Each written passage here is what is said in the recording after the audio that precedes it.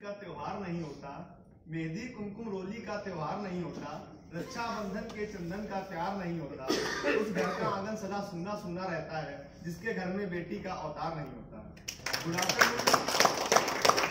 Afternoon all of you.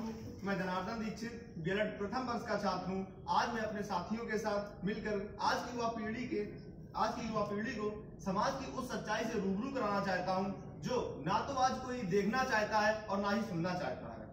आज विश्व युवा दिवस के परिप्रेक्ष्य में यह मंचन इसलिए भी आवश्यक हो जाता है कि जो युवा होता है वो समाज में परिवर्तन का जनक होता है, और जब उसे समस्या का पता ही नहीं होगा तो उसको निर्धारण किसका करेगा। यत् नायस्त पूज्यते रमन्ते तत्र देवता। ऐसी विचारधारा को लेकर चलने वाले देश में जब नारी शक्ति की उपेक्षा देखी जाती है तो वह हृदय करुणा से भर उठता है। धिक्कार है उस समाज पर जहां पर बेटियों को सर झुककर चलना सिखाया जाता है, उनकी उपेक्षा की जाती है, जहां वे अपने आप को असुरक्षित महसूस करती है। ऐसे समाज की विचारधारा में चलने पर हमें बहुत ही गंभीर परिणाम प्राप्त होते हैं। सिर्फ सोचने का नजरिया होता है। हम लोग बोलते हैं कि बेटी टेंशन के बराबर होती है, लेकिन आप टेन और सन को अलग अलग पढ़िए तो एक बेटी टेंशन के बराबर हो सकती है। इस समाज में ऐसी विचारधारा को मानने वाले लोग जब उनके परिणाम सामने आते हैं तो उन परिणामों को जीवंत रूप देता हुआ ये मंचन आपके सामने प्रस्तुत है। अरे यार, मेरा रिजल्ट आ रहा होगा, पता नहीं क्या होगा। अभी रिजल्ट आया भी नहीं है, पास भी होंगे या नहीं, बहुत टेंशन हो रही है। क्या हुआ शिवी बेटा, बहुत परेशान लग रही हो? हाँ मम्मी, वो क्या है ना कि आज मेरा रिजल्ट आ रहा है, मुझे काफी टेंशन हो रही है कि मैं पास भी होंगी कि नहीं। कुछ नहीं बेटा, टेंशन मत लो, तुमने अच्छा किया है ना तो तुम्हारा रिजल्ट भी अच्छा ही आएगा। पर मम्मी पेपर बहुत टफ था, मुझे बहुत कुछ नहीं टेंशन हो बेटा, रही है। शांत होकर बैठो, अभी अच्छा ही रिजल्ट आएगा।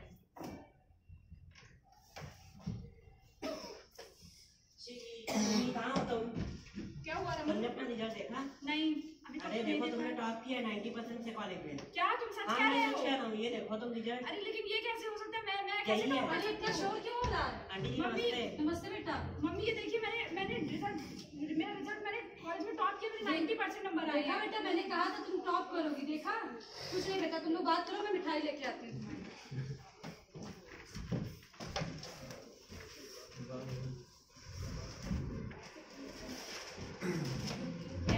डैडी क्या कर रहे हैं? बेटा अखबार पढ़ रहा हूँ। डैडी मुझे आपसे कुछ बात करनी है, प्लीज इसे थोड़ी देर रख दीजिए। बताओ ना, मैं सुन रहा हूँ। आपको तो पता ही होगा कि मैंने 12th पास कर लिया है। तो खुशी की बात है। मुझे आगे की पढ़ाई करने के लिए मेडिकल का एग्जाम देना है, तो क्या आप मुझे वो देने देंगे? बेटा हम तुम्हारी पढ़ाई पे वैसे भी बहुत खर्चा कर चुके हैं, और जितना हम आगे तुम्हारी पढ़ाई में खर्चा करेंगे उतने में तुम्हारी शादी भी हो सकती है। डैडी मुझे आगे चल के डॉक्टर बनना है। बस ये बात कह दिया ना। वैसे भी तुम इस घर में पैदा होके हमारे लिए बोझ हो, और मैं तुम्हारी पढ़ाई का बर्डन लेके और बोझ नहीं चाहता। बस जाओ, चलो।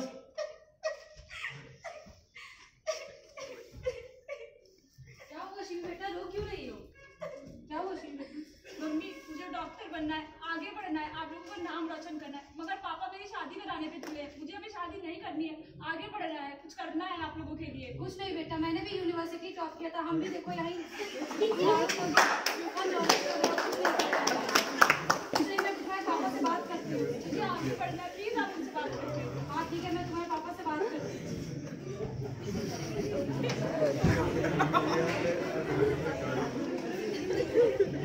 मेरी बेटी ने कॉलेज में टॉप किया है, तो क्या वो आगे पढ़ना चाहती है मेडिकल? आप उसे पढ़ा क्यों नहीं देते? घर का काम कौन करेगा? घर का काम मैं करूंगी ना। और जब शादी करके ससुराल में जाएगी तो वहाँ क्या करेगी? वहाँ क्या, वो लड़कियाँ आजकल क्या कुछ नहीं कर रही हैं, डॉक्टर या इंजीनियर बन रही है, तो वो तुमने यूनिवर्सिटी टॉप किया, तुमने क्या उखाड़ लिया? घर तो घर का काम ही नहीं हो ना। इस बारे में मुझे और कुछ नहीं सुनना है, बस।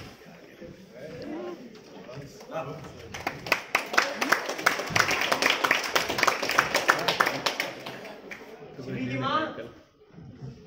क्या जी आपने बुलाया? हाँ, मुझे कुछ बात करनी है तुमसे। क्या हुआ? मैं सोच रहा हूँ कि श्री की पढ़ाई तो कंप्लीट हो ही गई है, तो क्यों ना कोई अच्छा लड़का देख के उसकी शादी कर दो। आपने कोई लड़का देखा? अरे वो है ना विजय जी का लड़का यश। अरे वो तो बहुत नशेड़ी है, तो पढ़ा रहता है। ऐसे तो घुमाता है ना, हमारी बेटी खुश रहेगी और हमारा बोझ भी कम होगा। चलो फिर देख आते हैं। चलो देखते हैं।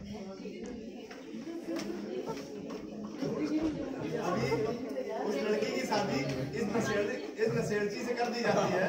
उसके बाद में उसके साथ क्या होता है आप लोग देखिए। अब वो शादी करके अपने घर पे पहुंची हुई है।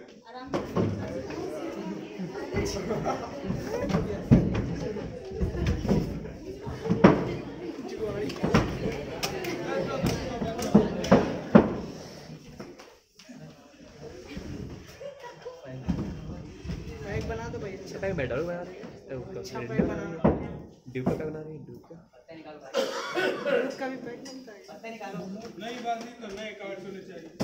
लो भाई चलो खेला शुरू करा जाए।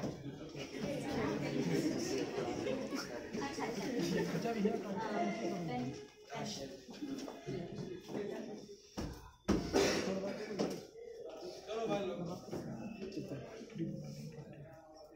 चलो भाई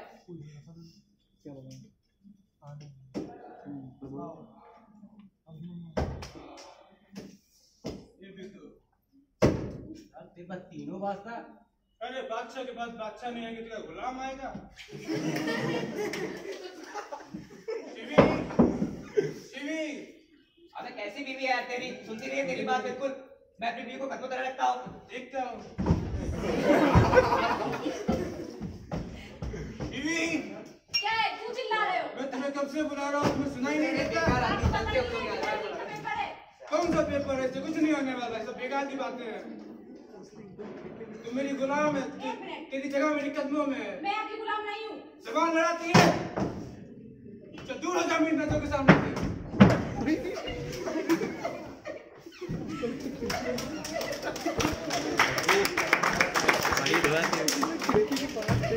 बच्चे के अरे ओ लोई पीड़ी दो फीट अफसर कहाँ मर रही है?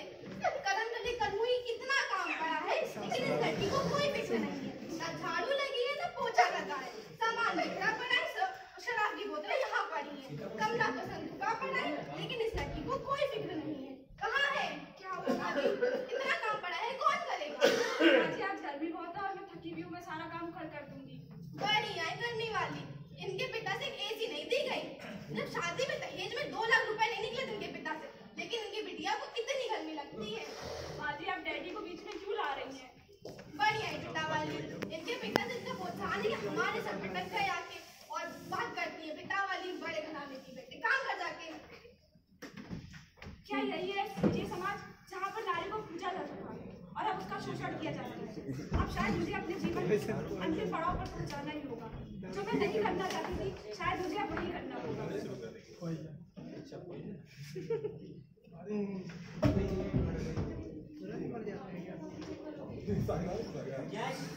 यश कहाँ तुम? क्या हुआ बे? चिल्ला क्या रहा है? होगी कहीं? इतना शराब काहे पिए रखते हो? कौन कब बर्दाश्त करने को पीता है? हम तो पीते हैं कि रोज यहाँ से तुम्हें देख सके, तुम्हें बर्दाश्त कर सके। अरे सीवी से कुछ सीखो। उसने देखो मेडिकल का एग्जाम क्वालिफाई किया है। कौन सा बड़ा तीर मार दिया है? अरे इसकी फोटो छपी है इंटरनेट पे। अरे ये तो खुशी की बात है। चलो मिल गया। चलो। शिवी, दिनाश बेटा क्यों आया है यहाँ? अरे वो शिवी ने कोई एग्जाम पास कर लिया है, इसलिए बताने आया था। शिवी, शिवी क्या हुआ शिवी? हे राम। अरे कोई डॉक्टर को फोन करो भाई।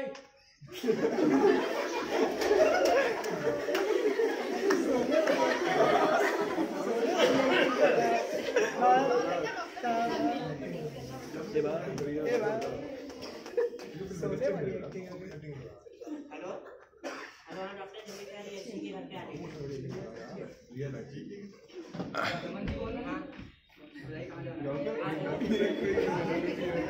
डॉक्टर है। डॉक्टर साहब देखिए मेरी पत्नी को क्या हुआ है। एक मिनट चेक कर। सॉरी सर, सी नो मोर। का मतलब था? अफसोस के साथ कहना पड़ रहा कि बीवी मर चुकी है।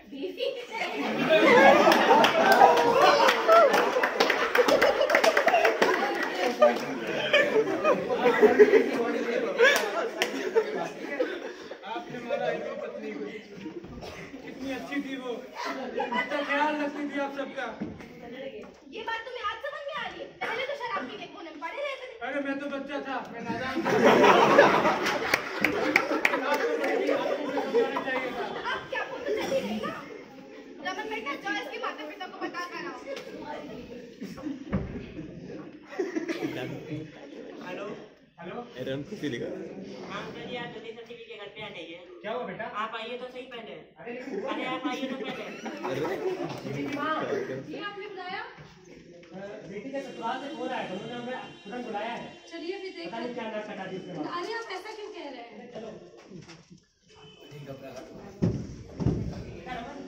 खुशी लिखा शिवी, ये ऐसे क्यों पड़ी हुई है? बेटी क्या हुआ? क्या हुआ बेटी?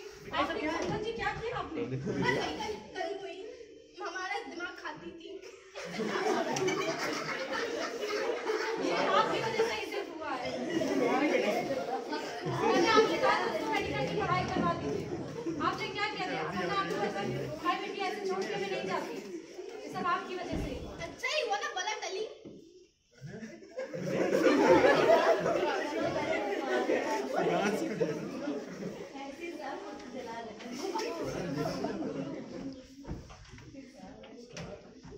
देखा आप सबने मेरी बेटी के साथ क्या हुआ? अगर मैंने उसे अच्छी शिक्षा दी होती या वो जो करना चाहती है वो करने दिया होता तो शायद मेरी बेटी को इतना बड़ा कदम ना उठाना पड़ता। ऐसा क्यों होता? आज हम सब पढ़े लिखे हैं, हम सब वुमेन एम्पावरमेंट, वुमेन एजुकेशन की बात करते हैं, लेकिन कहीं ना कहीं 1 या 2% हमारे मन में आ ही जाता है कि बेटी पराया धन होती है। ऐसा क्यों होता है? It is the big reason to worry. अगर मैंने अपनी बेटी को शिक्षा दी होती तो शायद उसे कदम ना उठाना पड़ता। मैं आपसे निवेदन करता हूँ, अगर आप मेरे जैसा दिन नहीं देखना चाहते हैं तो कृपया अपनी बेटी को वो सब कुछ करने दें जो वो करना चाहती है। और हाँ, बेटी बोझ नहीं होती, बेटी वो होती है जो हर परिवार का बोझ कम करती है और बेटी सर का ताज होती है। धन्यवाद।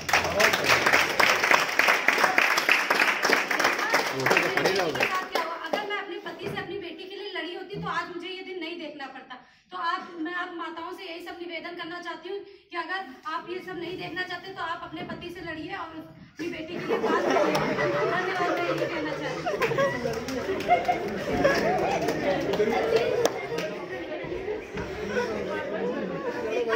क्या हुआ मेरी बहू के साथ? ये सबका मुख्य कारण मैं खुद हूँ। अगर मैं अपनी बहू को दहेज लेता बेदारी ना करती, उस पे इतने ताने ना मारती तो शायद वो इतना कठोर कदम ना उठाती। तो मेरा आप सबसे ये विनम्र निवेदन है कि अपने लालचवश अपने बच्चों को विवश ना करें जिसके कारण वो इतना कठोर कदम उठाए और उनकी जान की हानि हो। धन्यवाद। शराब और जुए के कारण अपनी पत्नी की शिक्षा की कदर नहीं करेंगे। अगर मैं खुद शिक्षित होता तो आज मैं उसकी शिक्षा की कदर करता। मैं आप सबसे विनती करना चाहता हूं कि आप सब लोग अपने बच्चों को पढ़ाएं, खुद भी शिक्षित हों, ताकि हम एक शिक्षित राष्ट्र का निर्माण कर सकें। धन्यवाद। यहाँ पर जितने लोग हंस रहे हैं उनके भी दिमाग में कभी ना कभी ये बात आई होगी कि ये तो बेटियां है, बेटियां पराया धन होती है। लेकिन मैं उनसे कहना चाहती हूँ वो पराया धन नहीं है। हमारे संविधान में इतने कानून बने हैं जो बेटियों को शिक्षित करने के लिए बने, लेकिन यहाँ पर मैंने पढ़े लिखे होते हुए भी सुसाइड जैसा गंभीर कदम उठाया। ऐसा ना हो, इसलिए बेटियों को पढ़ाइए और उन्हें शिक्षित कीजिए। Thank you.